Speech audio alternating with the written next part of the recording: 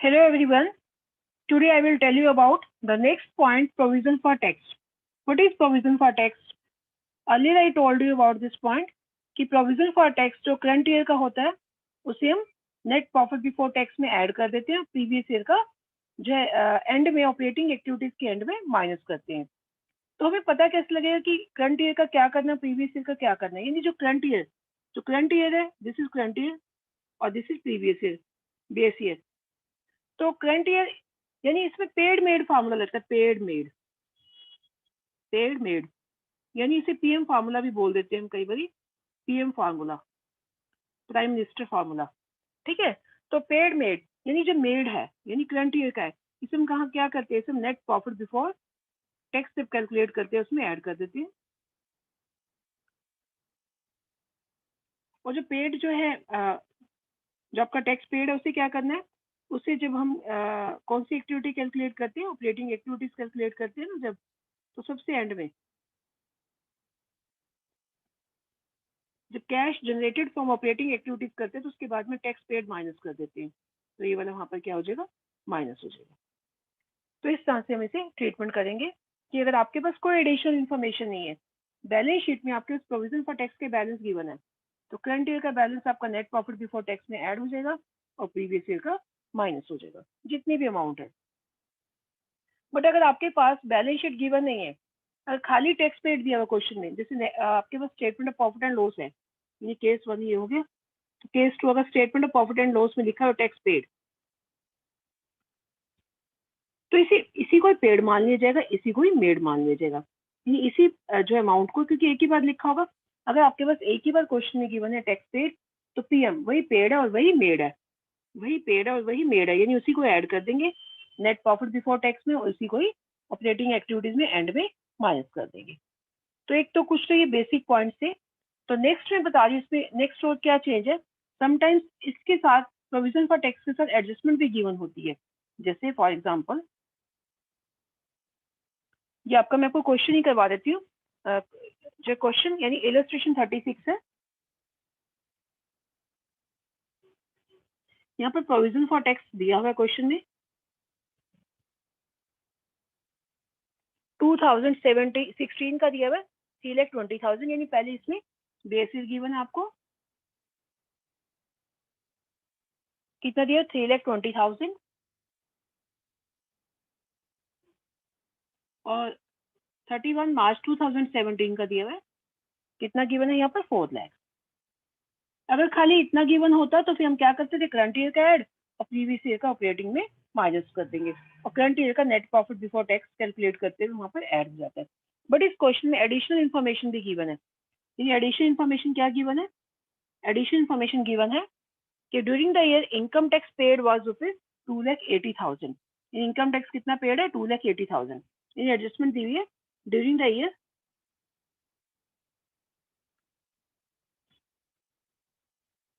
Tax paid, कितना tax paid है, rupees 2,80,000। अब ये एडिशनल इन्फॉर्मेशन भी गिवन है। प्रीवियस लेक्चर में मैंने आपको बताया था कि अगर एडिशनल इन्फॉर्मेशन गिवन है तो उसमें क्या होता है, तो हमें अगर एडिशनल इन्फॉर्मेशन के साथ आपको उसी जिससे टैक्स का एडिशनल इन्फॉर्मेशन गिवन है उसके अगर बैलेंस शीट में बैलेंस गिवन है तो उसका हमें डेफिनेटली अकाउंट तो बनाना ही पड़ेगा। तो इस केस में provision for income tax account बनाएंगे। तो next is provision for income tax account.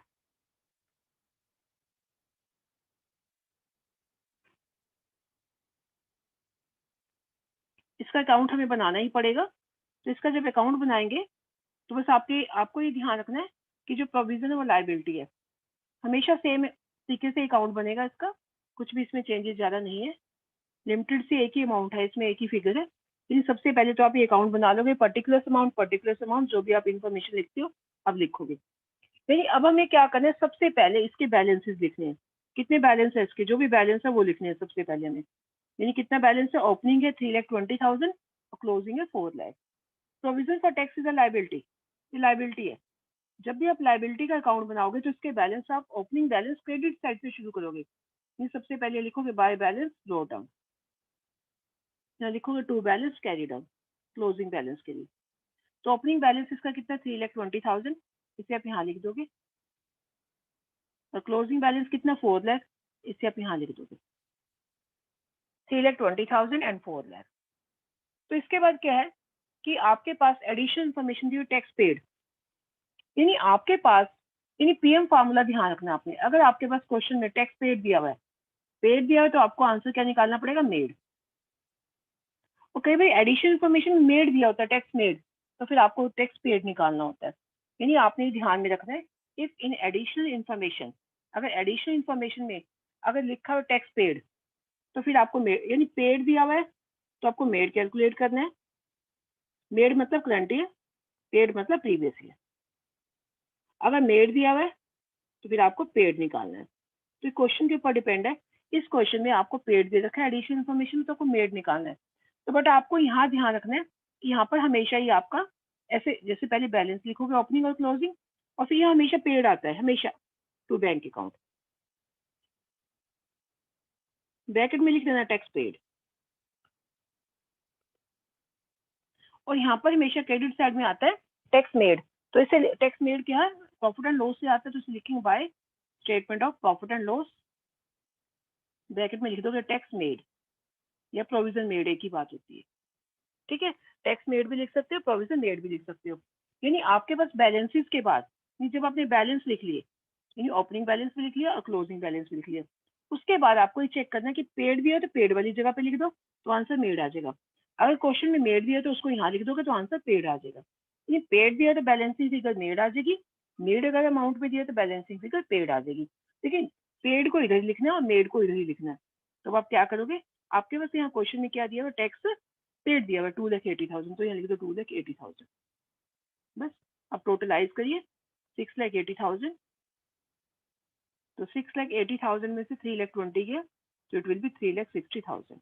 तो बैलेंसिंग फिगर आ जाएगी आपकी, ये लिख दोगे balancing figure tax made 3,60,000 rupees.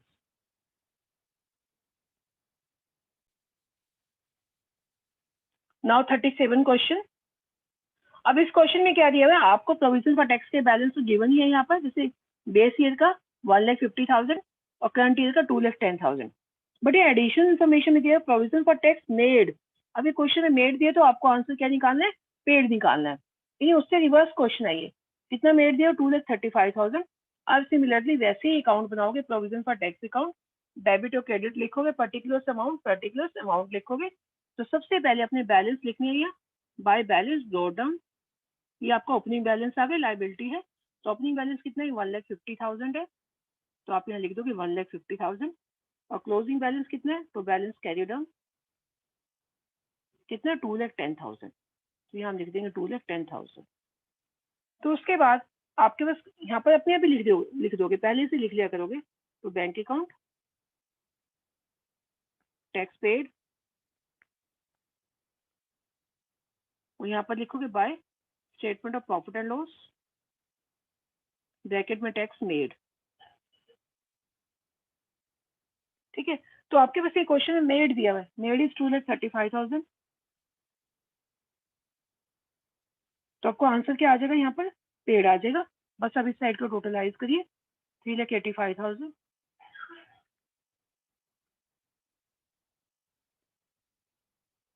तो आंसर आ जाएगा 1,75,000 रुपीज। तो ये आ गया टैक्स पेड। तो बैलेंसिंग फिगर लिख दोगे हम, बैलेंसिंग फिगर टैक्स पेड बस। और मेड वाला क्या करते हैं हम, पता ही, नेट प्रॉफिट बिफोर टैक्स में ऐड हो जाता है, बिफोर टैक्स में ऐड हो जाएगा। और ये पेड वाला ऑपरेटिंग एक्टिविटीज में एंड में माइनस हो जाएगा। तो in this way you can solve question up to 37। Now proposed dividend. अब इस पॉइंट को आपको कैसे सोल्व करना है, earlier in previous lecture I told you कि जो प्रपोज डिविडेंड होता है उसे करंट ईयर का तो आपने लेना ही नहीं, कंसीडर ही नहीं करना। कि प्रपोज डिविडेंड एक तो आपका नेट प्रॉफिट बिफोर टैक्स में ऐड होता है, सेकेंडली जो है ये प्रपोज डिविडेंड है, डिविडेंड पेड ही माना जाता है, प्रपोज किया गया डिविडेंड, मतलब डिविडेंड पे करना है, जो प्रपोज डिविडेंड है उसे पे करना है। यानी जो हम करंट ईयर में प्रीवियस ईयर वाला जो प्रपोज है उसे पे करेंगे। एक्चुअल में प्रपोज प्रीवियस ईयर में किया जाता है, पे उससे नेक्स्ट ईयर में किया जाता है। जब कंपनी की जनरल मीटिंग होती है तो जनरल मीटिंग में डिसाइड किया जाता है कि 2016 में जैसे डिसाइड किया कि इसका प्रपोज डिविडेंड 50,000 है, बट इसे पे कब किया जाएगा, 17 में, और 17 में ये डिसाइड किया जाता है कि इसका डिविडेंड इतना तो पे किया जाएगा 18 में। तो हम तो ये 17 का ट्रीटमेंट कर रहे हैं करंट ईयर, तो करंट ईयर में हमेशा प्रीवियस ईयर का ही डिविडेंड लिया जाएगा। तो करंट ईयर का डिविडेंड कहीं भी नहीं आएगा क्योंकि नेक्स्ट ईयर में जाएगा 18 में, तो 18 का हमें यहाँ कैश फ्लो स्टेटमेंट नहीं बनाना कि लास्ट ईयर से ट्रीटमेंट चेंज हुआ है, पहले कुछ और ट्रीटमेंट था, तो मैं पुराने वाला ट्रीटमेंट नहीं बताऊंगी। बस करंट जो लास्ट ईयर था इस साल भी सेम ही है आपका। जो प्रीवियस ईयर का प्रपोज डिविडेंड है उसी को ही नेट प्रॉफिट बिफोर टैक्स में ऐड करेंगे।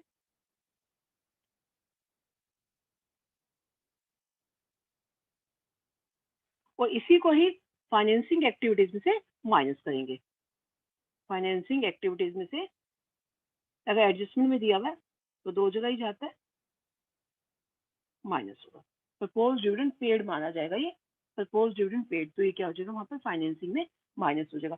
लेकिन जो बाकी डिविडेंड है जैसे इंटरिम डिविडेंड पेड, तो वो आपने अगर पेड है तो इंटरिम डिविडेंड पेड है तो अभी आपने सेम ट्रीटमेंट जाना, नेट प्रॉफिट बिफोर टैक्स में प्लस होगा और फाइनेंसिंग एक्टिविटी में से माइनस होगा। तो प्रपोज डिविडेंड का सिंपल सा ट्रीटमेंट है। आपने क्या करना है, अपनी बिल्कुल सिंपल वे में अपना करंट ईयर को तो क्रॉस मार देना है, ये लेना ही नहीं है, बस प्रीवियस ईयर का ही ऐड होगा और प्रीवियस ईयर का ही फाइनेंसिंग में लेस होगा।